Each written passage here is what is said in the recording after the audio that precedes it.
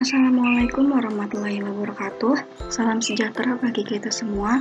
Salam Om Swastiastu, Namo Buddhaya, salam kebajikan. Perkenalkan, kami dari kelompok 5 Gizi Kesehatan Masyarakat Pesisir yang memiliki 4 anggota, yaitu Cita Zara, Rifka Safrida, Azalia Diani, dan Devi Sintawati. Dalam video ini, kami akan membahas materi bertema masalah gizi makro dengan subtema stunting dan gagal tumbuh anak. Untuk yang pertama, sebagai materi pembuka, kita akan masuk ke dalam pengertian gizi. Apa sih gizi itu? Gizi merupakan suatu zat yang terdapat dalam makanan yang mengandung karbohidrat, lemak, protein, vitamin, dan mineral yang penting bagi manusia untuk pertumbuhan dan perkembangan manusia, memelihara proses tubuh, dan sebagai penyedia energi untuk melakukan aktivitas sehari-hari. Lalu, jika tidak terpenuhi, apa sih dampaknya?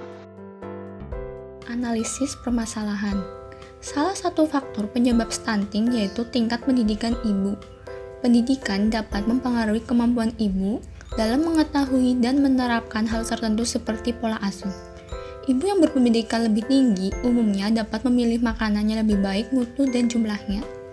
Hal tersebut tentunya akan mempengaruhi kecukupan asupan yang dikonsumsi, sehingga akan mempengaruhi status gizi balita. Ibu yang berpendidikan rendah lebih beresiko memiliki balita stunting dibandingkan yang tidak. Pendidikan formal ibu sangat diperlukan untuk meningkatkan pengetahuan dalam upaya mengatur dan mengetahui kebutuhan gizi anggota keluarganya. Pendidikan ibu yang baik memudahkan untuk menerima informasi dari luar, terutama pemberian makanan bergizi pada anak, sehingga terhindar dari bahaya kurang gizi. Sebaliknya, pada ibu dengan tingkat pendidikannya rendah, pengetahuan dan kebiasaan mengasuh diperolehnya dari orang tua dan tetangga yang mungkin memiliki taraf pendidikan dan pengalaman kurang. Keadaan ini menjadi faktor penghambat dalam melakukan pengasuhan anak yang maksimal dan mengakibatkan kejadian stunting pada anak. Ibu berperan dalam menyiapkan kebutuhan pangan sebelum anak lahir ke dunia, mulai dari pranikah dengan memperhatikan gizi sebelum hamil, masa prenatal dan masa neonatal berupa pemberian ASI, persiapan makanan tambahan atau pendamping seperti makanan padat yang lebih bervariasi bahannya, dan kasih sayang untuk anak. Pola asuh pemberian makan yang salah seperti ASI tidak eksklusif dan pemberian MPASI dini akan mempengaruhi kecukupan asupan yang dikonsumsi. Hal tersebut berdampak dalam proses pertumbuhan balita sehingga muncul masalah stunting. Analisis dampak. Berdasarkan penelitian, anak yang pada masa balitanya mengalami stunting memiliki tingkat kognitif rendah, prestasi belajar, dan psikososial yang buruk. Anak yang mengalami stunting berat di 2 tahun pertama kehidupannya memiliki hubungan sangat kuat terhadap keterlambatan kognitif di masa kanak-kanak nantinya, dan berdampak jangka panjang terhadap mutu sumber daya. Kejadian stunting yang berlangsung sejak masa kanak-kanak memiliki hubungan terhadap perkembangan motorik lambat dan tingkat intelijensi lebih rendah. Masalah gizi, terutama stunting pada balita, dapat menghambat perkembangan anak dengan dampak negatif yang akan berlangsung dalam kehidupan selanjutnya, seperti penurunan intelektual, rentan terhadap penyakit tidak menular, dan penurunan produktivitas.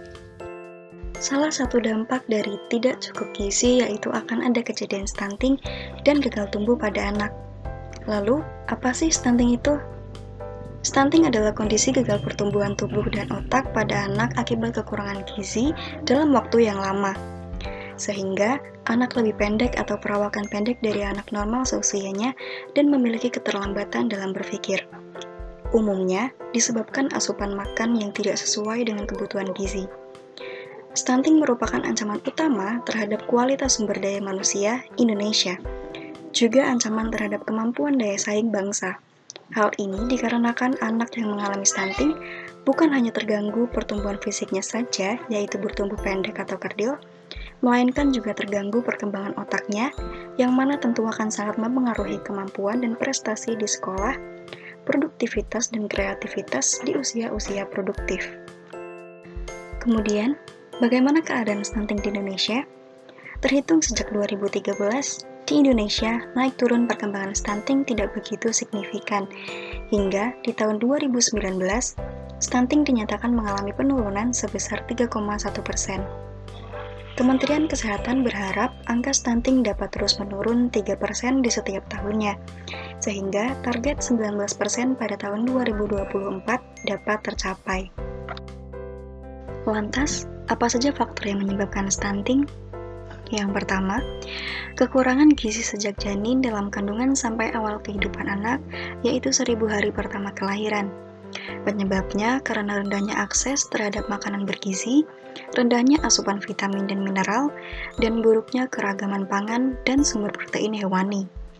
Yang kedua, faktor ibu dan pola asuh yang kurang baik, terutama pada perilaku dan praktik pemberian makan kepada anak juga menjadi penyebab anak stunting apabila ibu tidak memberikan asupan gizi yang cukup dan baik. Yang ketiga, ibu yang masa remajanya kurang nutrisi, bahkan di masa kehamilan dan laktasi akan sangat berpengaruh pada pertumbuhan tubuh dan otak anak. Yang keempat, kehamilan remaja. Yang kelima, gangguan mental pada ibu. Dan yang keenam, rendahnya akses terhadap pelayanan kesehatan, termasuk akses sanitasi dan air bersih, menjadi salah satu faktor yang sangat mempengaruhi pertumbuhan anak.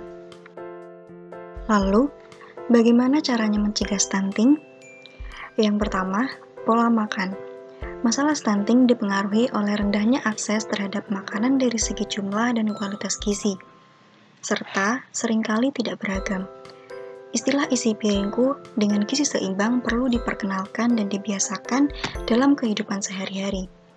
Bagi anak-anak dalam masa pertumbuhan, memperbanyak sumber protein sangat dianjurkan, di samping tetap membiasakan mengkonsumsi buah dan sayur. Dalam satu porsi makan, setengah piring diisi oleh sayur dan buah, setengahnya lagi diisi dengan sumber protein, baik itu nabati maupun hewani, dengan proporsi lebih banyak daripada karbohidrat. Yang kedua, pola asuh. Stunting juga dipengaruhi oleh aspek perilaku, terutama pada pola asuh yang kurang baik dalam praktek pemberian makan bagi bayi dan balita.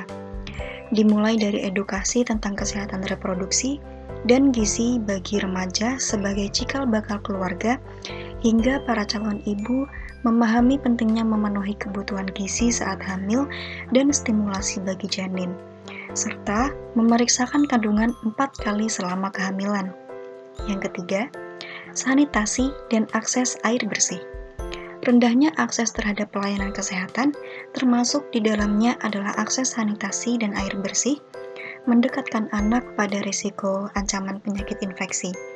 Untuk itu, perlu membiasakan cuci tangan pakai sabun dan air mengalir, serta tidak buang air besar sembarangan.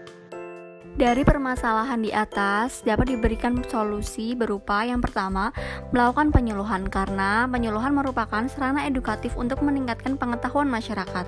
Yang kedua, orang tua memberikan contoh yang baik, terutama dalam hal makanan yang bergizi. Yang ketiga, puskesmas sebaiknya meningkatkan dan mengadakan pelatihan untuk kader posyandu secara berkesinambungan agar dapat membantu memberikan promosi kesehatan pada masyarakat di wilayah pesisir. Dan yang terakhir, pemerintah melalui kader kesehatan untuk melakukan pendampingan keluarga agar dapat mengoptimalkan sumber daya keluarga yang ada untuk memenuhi kebutuhan gizi.